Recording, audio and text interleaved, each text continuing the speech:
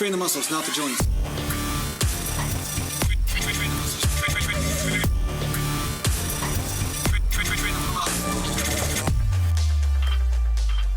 Welcome back to Natural Gallant Bodybuilding Mountain.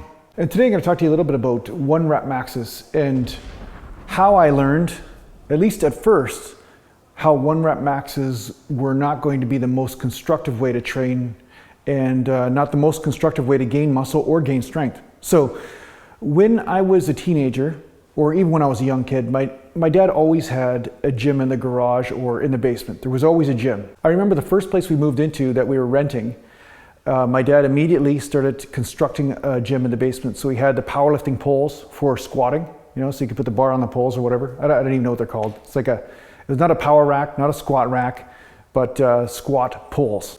I don't know what they're called. But anyway, he had one of those. And then he also had a hardwood platform, like plywood. So if he's dropping the weights, they weren't making dents in the cement and all that kind of stuff. And he wasn't cracking the floor. And of course, then he also had a bench press. So the bench press was a homemade one that one of his buddies welded together. So it was really heavy duty. I think it was only hard wood, like it was just like plywood, right? So a lot of times later on, when I had that same bench in my garage, my friends would come and they'd be like, oh, my back hurts, right? They were used to all the padding and stuff. So they were total like beta males. And I got to exert my alphaness above them because it didn't bother my back, it just bothered theirs. So anyway, so he had a squat cage eventually. And of course, from there, there was a chin-up bar put on there. And then of course, there was an incline bench, which was just some sort of metal contraption with a very thin back. And it just had a big, thick foam placed on it. So it was a real makeshift bench, but it worked, right? And then of course, there was a leg curl machine that you put plates on the side and you could do leg extensions or leg curls on this thing as well. So that was basically most of the equipment in the garage. Of course, it had the Olympic bars and all the plates and so forth.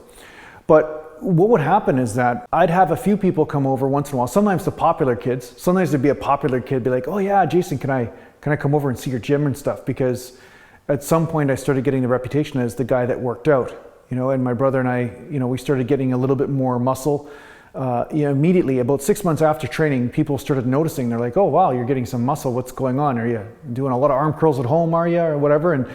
And so we'd get sometimes these popular kids come over. So Jamie and I would be excited about that. They're like, oh wow, my friends, you know. These guys were a lot bigger than us. I mean, like I said, we were slow to mature. We were on the smaller side, even though we were getting muscular. But these guys would be around 160 pounds, 170 pounds, sometimes 180, you know, at 15, 16 years old. And so they come over and the first thing they want to do is bench press. So of course we do a whole workout, we take them through whatever, but these guys wouldn't really want to work out that much. They just want to test out their maximum lift. So they do a few warm-ups or whatever. And of course their workout became testing out their maximum lift. Of course, they probably only do this once a week and then they come over another day and they train, you know, in 5 rep range, 6 rep range. But the point is they would always lift heavy. There was never a 10 rep day or 15 rep day. It was always 5 reps, 6 reps, then maybe a 1 rep day or 2 rep days, right? So they're always testing and always straining, right? But inevitably, every single one of these guys would drop off with a shoulder injury, every single one of them. All of a sudden their shoulder would start hurting or some other joint would start going wrong, and then it'd take them a month or 2 to get over that injury. So I started to see the wisdom of what my dad was telling me when he said, hey, stick to 10 reps and above for most of your training. And once in a while, just test out that 1 rep max or 2 rep max or whatever. But most of the time, your training should be at 10 reps and above, you know, in that area. Now, I'm not saying this is like good for everybody, but at that point in my life at 15, 16 years old, it was really good advice because going too heavy when you're growing and everything is also another problem. But at the same time, breaking that addiction to 1 rep maxes or testing yourself all the time is very important in order for you to make the right decisions in what you should be doing for your training. Because once again, if you hit muscle fatigue, you hit muscle exhaustion, you use decently heavy weight, your body is going to adapt. But if you use too much, you're going to snap something. So inevitably I saw this all the time. And then I did see, you know, a couple, funny enough, bench press accidents in the gym. One time there was this guy, he was coming to the gym intermittently. He wouldn't be there that much, but he had a history of being pretty strong. So he would come in with his buddy and they do a little workout, and of course, inevitably he'd go to testing his 1 rep max, right?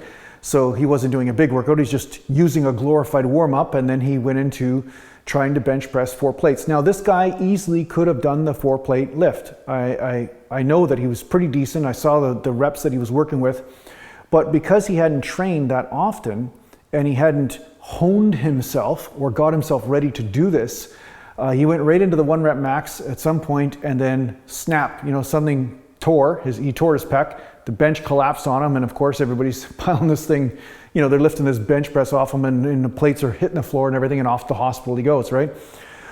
Another bench press accident I saw, and this didn't really have anything to do with 1 rep max, but this is just another thing for you guys who are doing suicide grip. If you're doing suicide grip on your bench, stop doing it immediately, because it doesn't matter how good you are, how tough you are, how strong you are, eventually there's going to be some slipperiness to your palms or to the bar, or you're gonna, basically straighten that wrist out a little bit too much at the wrong point if you're straining, and that bar's gonna slip off and it's gonna hit you in the neck, worst case scenario, or best case scenario, the chest or the stomach, right? So I saw this other guy, I was training somebody in the gym, and then behind me in the mirror, I could see this guy bench pressing. And this is a guy I knew, his name was Blake, actually. A different Blake than I talked about in another video, but this Blake was a pretty strong guy. He had a really decent physique on him.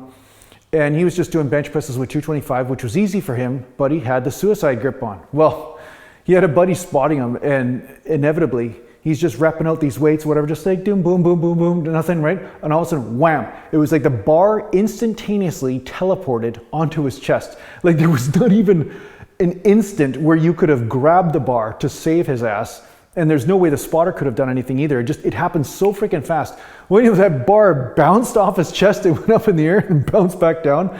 So of course, they hobble that bar back onto the bench, and Blake hobbles out of the gym, and he didn't train for like 3 weeks or a month after that because his ribs were so bruised, and I think he cracked a few, right?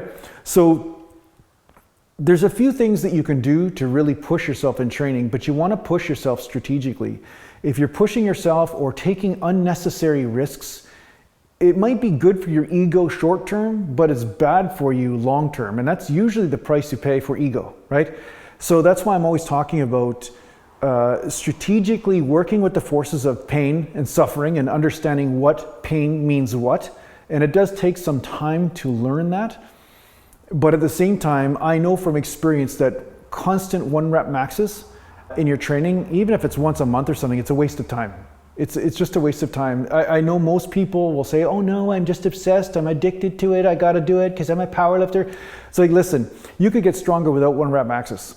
You could just increase your 4 rep max, right? And you're still getting stronger. But if you're doing 1 rep maxes all the time, or even intermittently, it's a huge risk. And if your goal is longevity and to gain muscle and strength over the long term, which inevitably leads you to being stronger and bigger in the end, then I'd say stay away from 1 rep maxes. So basically what I want to say is you want to use your physical resources efficiently. And don't serve the ego, serve the greater good. You know what I'm saying? Yeah. Mountain. So yeah, I hope this helps out in your training. Thanks a lot for watching. If you need to get a hold of me, just go to naturalgallantbodybuilding.com, and thanks to the Patreon supporters, and take care for now.